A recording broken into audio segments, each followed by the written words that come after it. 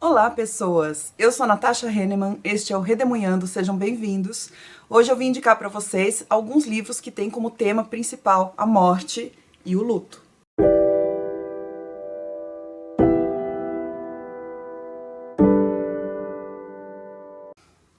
Então vamos lá, eu vou explicar para vocês de onde surgiu essa ideia. Eu já vinha querendo fazer alguns vídeos de listas de livros aqui para vocês, e eu abri uma caixinha de perguntas no meu Instagram, que é @redemoinhando, se você quiser siga lá, perguntando que tipo de lista de livros as pessoas gostariam de assistir aqui no canal.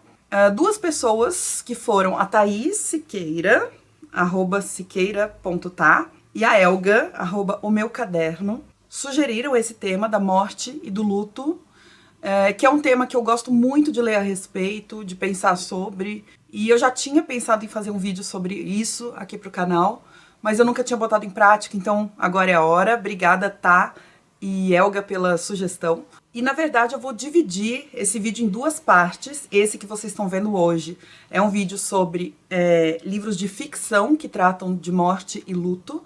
E em breve eu farei também um vídeo indicando livros de não ficção sobre esses temas. E eu quero ressaltar que é óbvio que essa lista vai ficar super incompleta.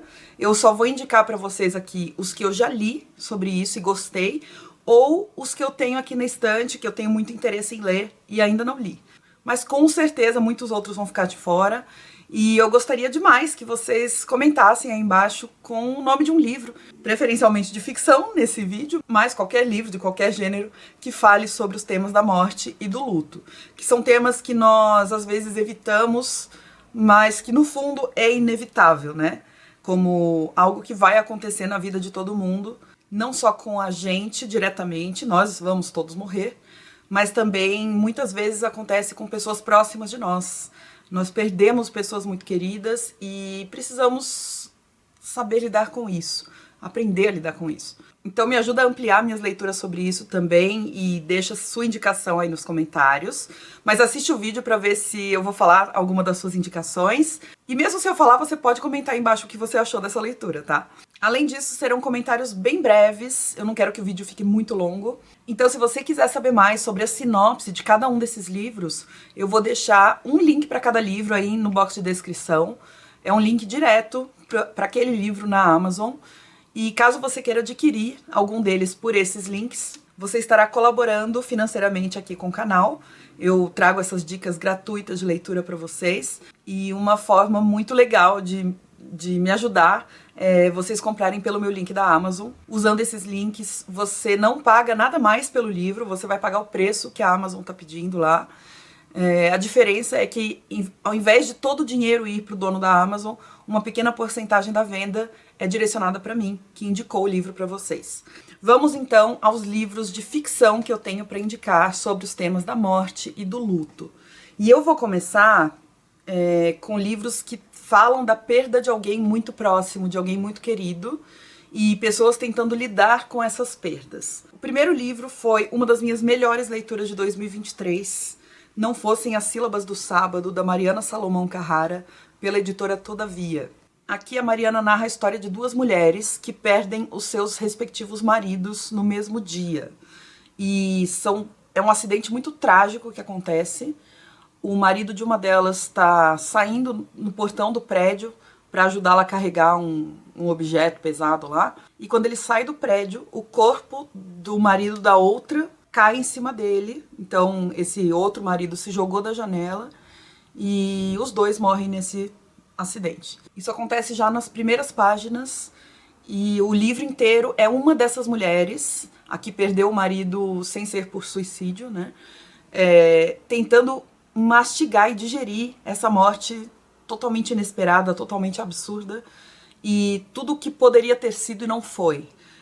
Para mim é um livro sobre luto, embora ele fale de outras coisas também, fala sobre maternidade, fala sobre amizade, mas eu achei impressionante o quanto a Mariana Salomão Carrara conseguiu captar um processo complexo de luto que você não consegue deixar para trás facilmente, né, superar de uma hora para outra. E ela faz isso com um peso que eu considero preciso quando a gente passa pelo luto de alguém muito próximo. A segunda indicação eu ainda não li, mas é um livro que me chama há muito tempo talvez seja uma das minhas próximas leituras, que é o livro Crocodilo, do Javier A. Contreras, pela Companhia das Letras. E aqui na sinopse está dizendo o seguinte: hoje, meu filho Pedro pulou da janela do seu apartamento. Assim começa o romance de Javier A. Contreras, um relato ágil e surpreendente sobre o suicídio e a angústia dos que permanecem. Ao contar a história dos 7 dias que se seguem à morte de Pedro, o autor embarca em uma narrativa única sobre a paternidade, o caos do mundo moderno e as expectativas que nutrimos e frustramos no decorrer da vida. Então é mais um que vai falar sobre morte, suicídio nesse caso, paternidade e esse vazio inexplicável que deve ser perder um filho numa situação tão intensa e dolorosa. Os próximos 4 que eu vou mostrar têm a ver com a morte do pai dos narradores. Extremamente Alto, Incrivelmente Perto, do Jonathan Safran Foer, pela editora Rocco. É um livro narrado por um menino de 9 anos que perdeu o pai no atentado ao World Trade Center, lá nos Estados Unidos, em 11 de setembro de 2001. E ele está tentando de todo jeito entender o que aconteceu, porque ele tem a gravação da secretária eletrônica com a voz do pai. Agora eu não me lembro direito, que faz alguns anos que eu li, mas se eu não me engano, o pai liga para essa secretária eletrônica no momento em que ele sabe que vai morrer. Então esse garoto fica tentando investigar alguma coisa sobre o pai a partir dessas lembranças que ele tem e que o assombram de alguma forma, mas o livro consegue trazer isso de uma forma relativamente leve. Também vou indicar aqui um que eu não li ainda, mas eu tenho certeza que é incrível, As 7 Mortes do Meu Pai, do Humberto Conzo Jr., pela editora Mondru. O Humberto é o dono do canal Primeira Prateleira, vocês com certeza conhecem aqui no YouTube. E esse livro é uma autoficção. Aqui, o Humberto. E ele lançou recentemente o livro, eu ainda não consegui ler, por falta de tempo, vocês estão vendo que eu estou na correria aqui, mas eu quero muito ler. Já conversei a respeito desse livro com o Humberto, e ele se baseia na sua própria experiência, começando o livro por uma notícia desconcertante que o personagem, que tem o mesmo nome que ele, recebe no velório do seu pai. E aí, a partir do álbum de fotografias, ele vai puxando esses momentos em que o pai dele morreu para ele mesmo em vida. E aí eu vou indicar outro que eu não li ainda, mas, nossa, esse é uma vergonha eu não ter lido, porque ele é muito curtinho, eu adoro o autor, e eu sei que serviu de inspiração para o Humberto escrever o livro dele. É o Morreste-me, do José Luiz Peixoto, pela editora Dublinense. Confesso que agora, neste momento, estou em dúvida sobre se esse livro é ficção ou não ficção, tá? Agora vai ficar aqui nesse vídeo de ficção mesmo, mas pode ser que ele seja um livro de memórias do próprio autor também. Ou pode ser que seja uma autoficção, eu ainda não sei. Quero indicar um conto do livro Antes do Baile Verde, da Lígia Fagundes Telles, pela editora Companhia das Letras, que é o conto que dá nome ao livro, Antes do Baile Verde. Esse livro de contos da Lígia, por si só, é uma pérola, vocês têm que ler, é maravilhoso. A Lígia é uma das maiores contistas do mundo, para mim. E o Antes do Baile Verde é um conto que ele trata de contrastes. A personagem também está perdendo o pai está no leito de morte, mas ao mesmo tempo, lá fora de casa, está acontecendo um carnaval. E ela não pode sair enquanto o pai está mal, mas ela quer sair porque ela quer aproveitar o carnaval. Então fica esse jogo do dentro e fora, do luto interno e da vontade de extravasar externamente. Conto maravilhoso. Alguns livros aqui que são mais ficcionais, no sentido de que não estão tão baseados na experiência dos próprios autores para falar sobre morte, e que eu quero variar bastante aqui os gêneros que eu estou indicando para vocês. Um deles é de ficção científica, que é o livro que é praticamente um conto ou uma novela chamado O Êxtase Derradeiro da Vampira de Osasco, escrito pela Daniela Funes, pela editora Bandeirola. Eu vou chamar de conto. Então esse conto se passa numa Osasco pós-apocalíptica, em que as regiões são governadas pelos síndicos. Não existe mais um governo central no Brasil, por exemplo. Então cada bairro é governado por um síndico. E a síndica de um dos bairros é chamada na delegacia porque existe uma denúncia de que vários desaparecimentos que ocorreram naquele bairro podem ter sido ocasionados por uma mulher que é uma vampira. Ou pelo menos é isso que as pessoas veem nela. E a síndica vai investigar essa mulher. Eu não posso contar muita coisa, mas a partir daí vai haver uma discussão sobre mortalidade, imortalidade, até que ponto nós devemos ir para garantir a nossa imortalidade, coisas desse tipo. Do meu autor favorito, eu não podia deixar de fora As Intermitências da Morte, do José Saramago, pela editora Companhia das Letras. Nesse livro, o Saramago narra um momento em que a morte decide entrar em greve num determinado país. E a partir desse momento, ninguém mais morre ali naquele lugar.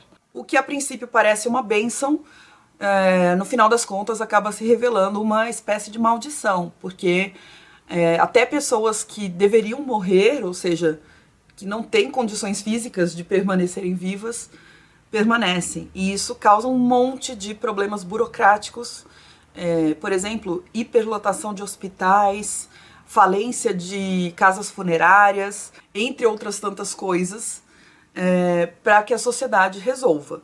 Então, no fundo, vai haver esse tipo de discussão também sobre a mortalidade, a imortalidade, e sobre o tipo de sociedade que nós queremos ser também, e que nós somos, né?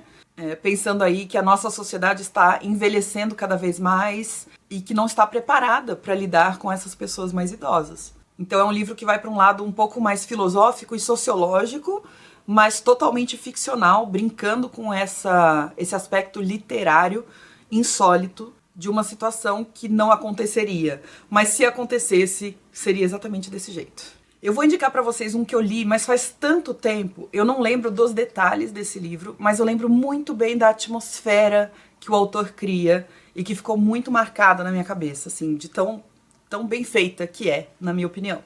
O livro As Virgens Suicidas, do Jeffrey Eugenides, ou Eugenides, pela Companhia das Letras, tradução de Daniel Pellizzari. É um livro que fala sobre 5 irmãs que moravam numa casa num determinado bairro, e ele é narrado por um dos vizinhos, que na época era adolescente, tinha mais ou menos a idade das meninas, e esse vizinho, não só ele, os amigos dele também, ficam muito fascinados e muito chocados, porque essas 5 meninas vão se matar uma em seguida da outra, sem motivo aparente. E dá para discutir um monte de coisas aqui nesse livro.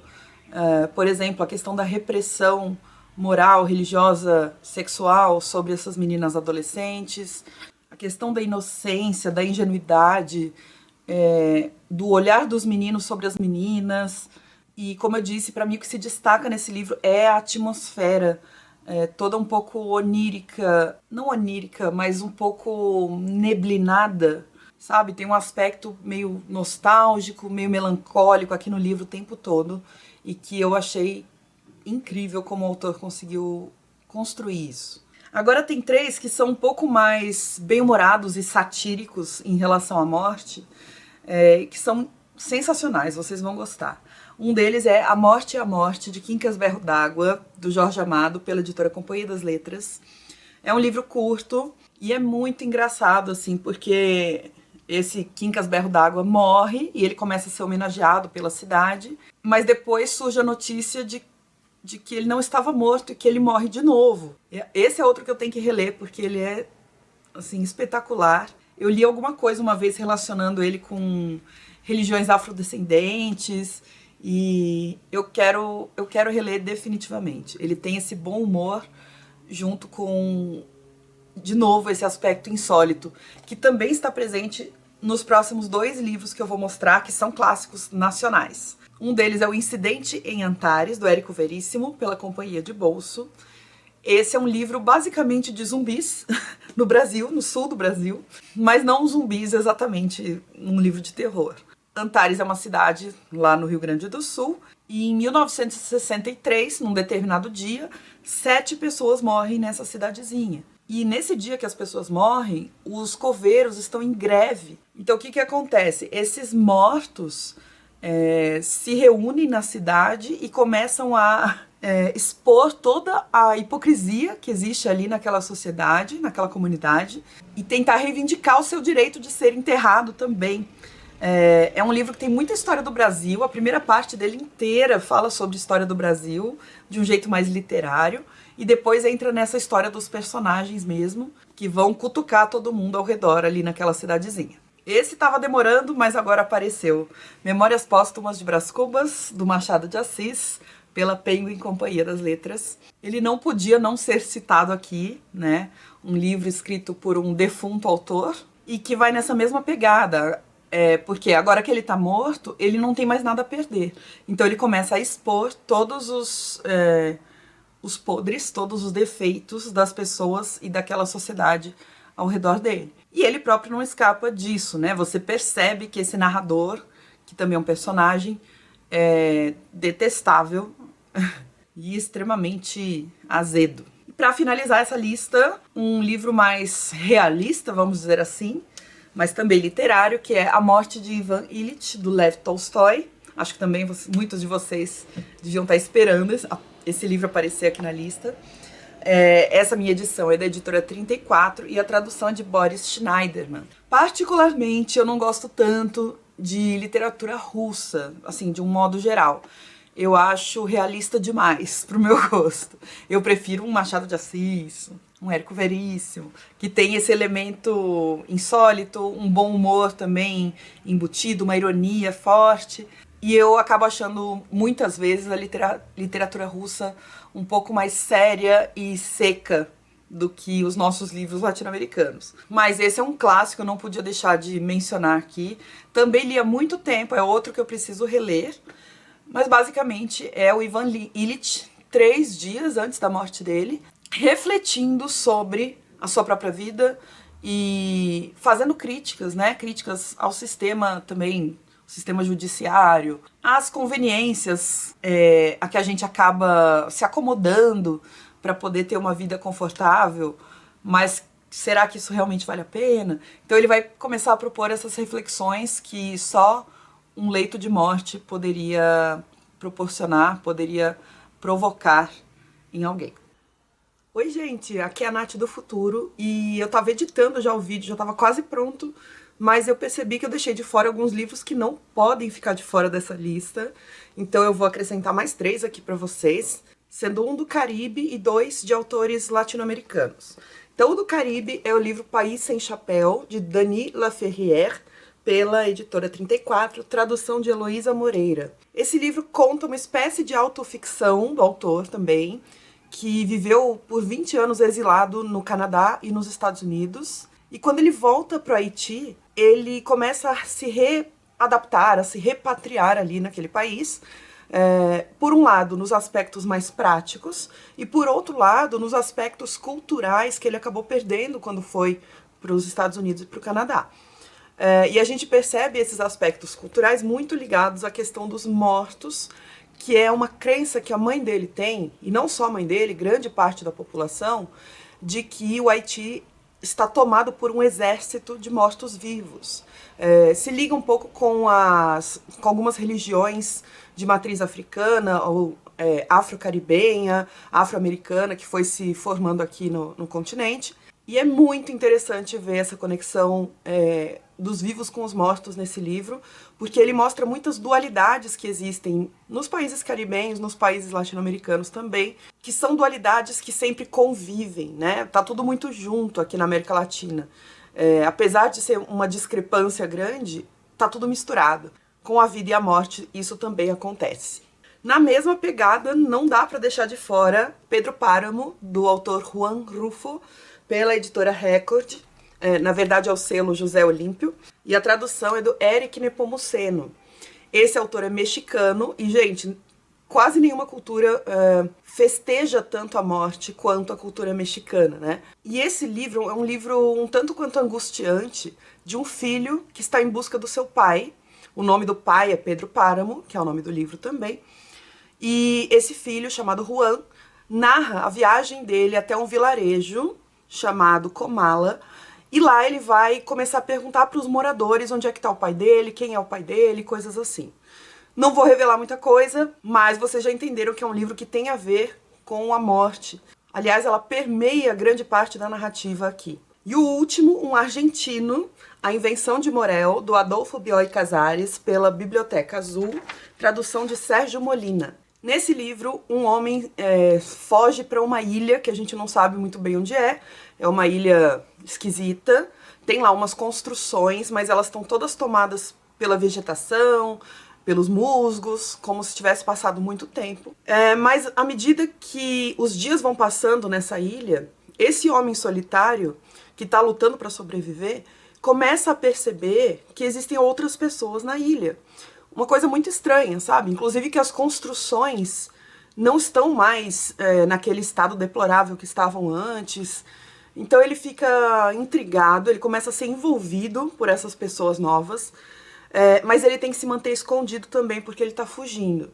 Não vou revelar muita coisa, é outro que eu também não vou falar muito pra não estragar nenhuma surpresa, mas nesse livro a gente vai ver uma discussão super boa a respeito também de imortalidade ou de mecanismos para se manter a imortalidade, que vai se casar muito bem com alguns debates que a gente vem tendo a respeito do uso de imagem de pessoas que já faleceram por inteligências artificiais. Só por isso eu já acho o livro muito bom. Mas ele é muito rico, ele é bem fininho e ele é muito rico em discussões que a gente pode fazer que envolvem a vida e a morte, mas que envolvem outras coisas também. É isso, fim da intervenção da Nath do futuro. Então é isso, gente. Espero que vocês tenham gostado dessas indicações de livros sobre luto e morte. Essas foram as indicações de ficção e em breve eu volto com um vídeo mostrando pra vocês alguns livros de não ficção que eu tenho sobre esses temas, tá?